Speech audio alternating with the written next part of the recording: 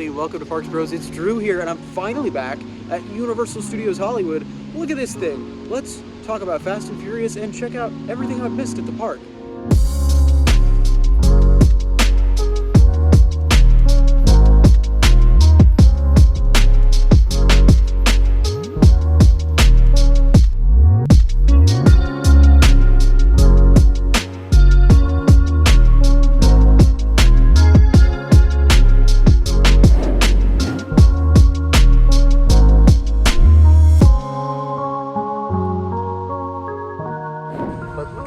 Fast and Furious Hollywood Drift should be opening hopefully in the next couple of weeks. It's looking incredible in person. Last time I saw it, they had just gotten close to finishing track work. Now it's what seems to be weeks away from finishing. So hopefully we'll see some movement, some testing from it later today. But yeah, it's nice to be back at this park after so long. And look at that, you can actually see practically the entire valley right now, which is really awesome. And of course, down to Super Nintendo World as well. So something I haven't been able to see since last being here is these giant like scream shields that are trying to block all that noise for the studio as well as the surrounding area from screaming riders. They look gargantuan, and I like that they match the escalator, like the starway that goes down between the lots, but at the same time they're so big and like just take over your entire eye when you're looking at it. So I'm not exactly sure how I feel just yet about them, but I also haven't seen the trains go around the track, so I'm very curious to see what that's going to look like, because I know these trains are pretty big. Some really interesting Horror Nights updates over here by Mel's Diner. You can see they've actually started painting primer on this giant facade. It'll be really cool to see some of those scare actors. It looks like they're going to be up on that second story, so that'll be pretty awesome. Yeah, I don't know what this maze is. I don't think it's been announced, but very excited to see what it turns out being. In the Central Plaza here, in addition to Hollywood Drift opening up pretty soon here, they've got this celebration of 25 years of Fast and Furious with a handful of the cars as well as a small stage. I'm assuming they'll have a musical act up here later on. But yeah, cool stuff for Mega Movie Summer. This is, I believe, the second year they're doing this event.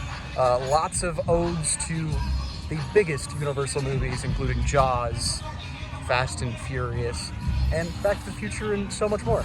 Standing out front of the entrance for Hollywood Drift, it's really wild seeing this amazing mural with Dom's Charger there, and of course the entrance just off to the left-hand side there. So they have the Charger and the skyline down below, which is really cool. Yeah, we'll have to go check that out in just a moment here, once the crowds maybe subside a little bit.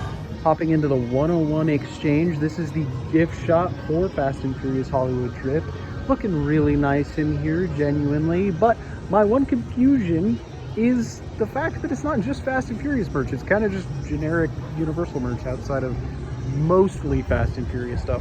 Cool thing though is today, specifically today, the day we're filming, is the 25th anniversary of Fast and Furious itself. Like, that was not on purpose that we're here today, but really cool little bit of history to be looking at the premier attraction for that franchise right in front of us. And all the show lights are on. They've got station audio currently as we're looking kind of into the station from the side of the gift shop. It's all looking ready. This is insane, man. Yeah, hopefully we'll see some testing a little later on, maybe even get to see this switch track between the station platforms. But yeah, it's looking awesome. We made our way over towards the Starway now, aka the escalators down to the lower lot. Getting some crazy views of the coaster here, as well as you can see some of these metal fences that have kind of gone up to block anything from the restaurant or vice versa. It's kind of crazy to see all this, especially with these giant walls down below. I believe there's trees on them, which is kind of odd. I would have preferred maybe some like street art or something like that, but maybe they were trying to blend it into the mountainside as best as possible. But this is insane, man. Especially looking at this crazy looking like half dive loop or some sort. It's kind of an awkward element. Intamin lately and Vekoma too have been creating these wacky coaster elements that really don't have a name. But I know you're drifting through this section, and yes, we'll talk about that. It looks like one of the pieces of glass has shattered, although it seems to be interior, because this is going to be like bare minimum triple pane glass. Crazy thing to me is this is extended queue, or just regular queue, I think. So kind of wild to see that. The scale of this coaster is kind of unmatched in California, to be honest, especially with how far reaching it is. I mean, look at how far away that inversion is over at the other end. It's nuts. This is another one of the barriers they put up. They've got another one down below, just, I believe, trying to muffle the screams as well. But yeah, I'm not sure how I feel about this tree texture that they have all over it, at least from a guest perspective. It might be great from the golf course down below or the studio.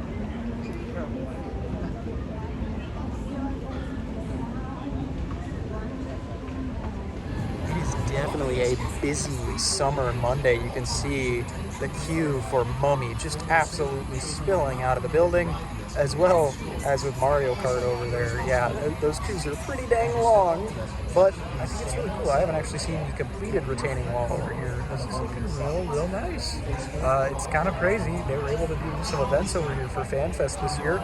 And of course, the elephant in the room right here, another Horror Nights house is being built right there. I'm curious what that's going to be. Made our way down to the lower lot, and hey, maybe we'll run into Rhett and Link. So I was kind of making a joke about seeing Rhett and Link, but lo and behold, the first boat we see come down to that drop had Rhett and Link. After getting a ride on Jurassic World of our own, we're gonna pop into Super Nintendo World and check out if there's anything new in here. Man, I truly love this land. There's so much kinetic energy all around, and man, it just seems like everybody loves it. I just wish there was more to it, right? It's only the one major attraction and the one major restaurant. I would love an expansion. Don't get me wrong, all these games, super fun, right? Exploring attractions.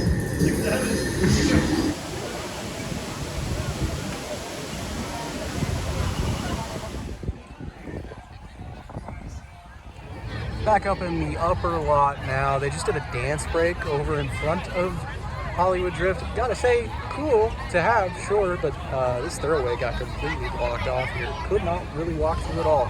So maybe not the best spot for a dance party. So just as we headed up to the upper lot, got to finally get a glimpse of this ride testing Fast and Furious Hollywood Drift. Man, it is looking good. As it heads back into the station, probably bound for another cycle here. So we're gonna go out to the Outlook and catch it in action. Crazy to see some landscaping work still being done. Liking all the bushes on this side of the fence here. Obviously underneath the coaster you're not going to have too much in terms of shrubbery and foliage, but you know what? It still looks pretty crazy.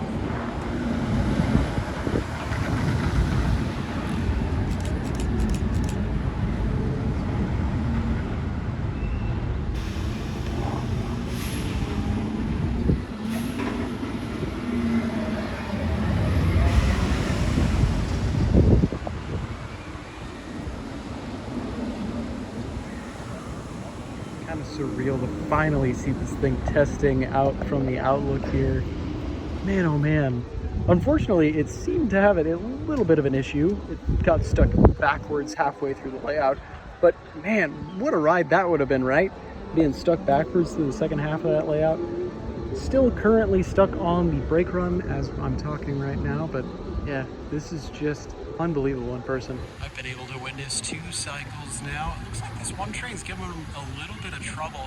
It keeps stopping when it turns all the way backwards, aka 180 degrees as it goes through that second launch. Yeah, I'm curious to see what, all the issues are with this train, and I'm hopeful that they're able to fix it up very soon. But yeah, very interested to see how this all goes. I know there's a lot of trains on this attraction, so hopefully they're able to fix it up and make it good to go for the next month or two.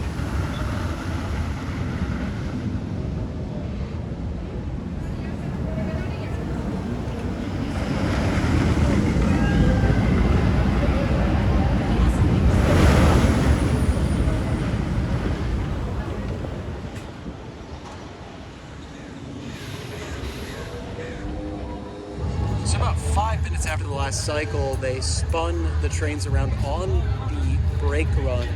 Kind of interesting to see how that all worked out. After walking around the park just a little bit more, getting some rides in Hogsmeade, got to see another test.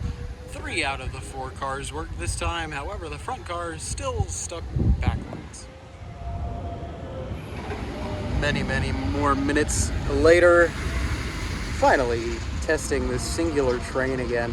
Hopefully no issues as it comes back around in just a moment. But yeah, good to see some progress so far. And it looks like the front car is stuck forward now, maybe. Unless it's supposed to be that way. We'll see as it comes around the final inversion and into the brake run. Yeah, I think it was supposed to drift a little bit there, but still insanely cool to see.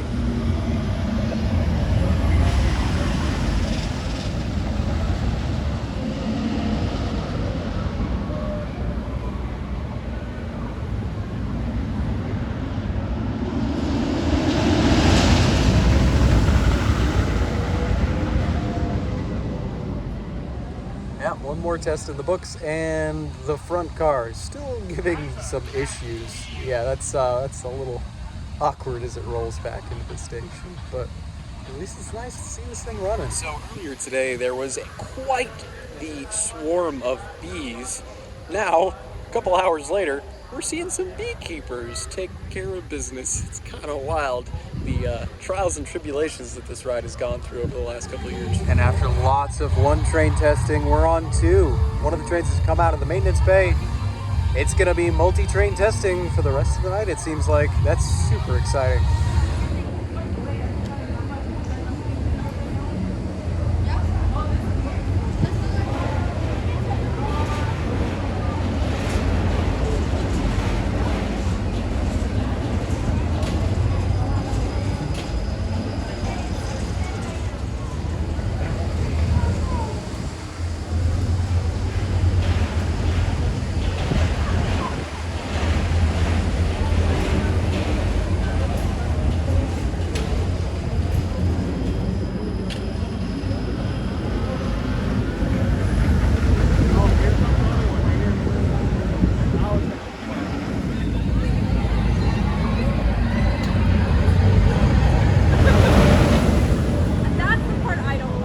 So that's going to do it from our fairly long visit to Universal Studios Hollywood. Got to see a lot of testing at the end of the day, which was really cool, and see some of the things going on with the rest of the park. But yeah, man, Hollywood Drift is looking insane, and I can't wait to hop on it hopefully pretty soon here. And if you want to see my reaction and more, make sure to subscribe. I appreciate it very much. And of course, until next time, we'll see you on the next ride.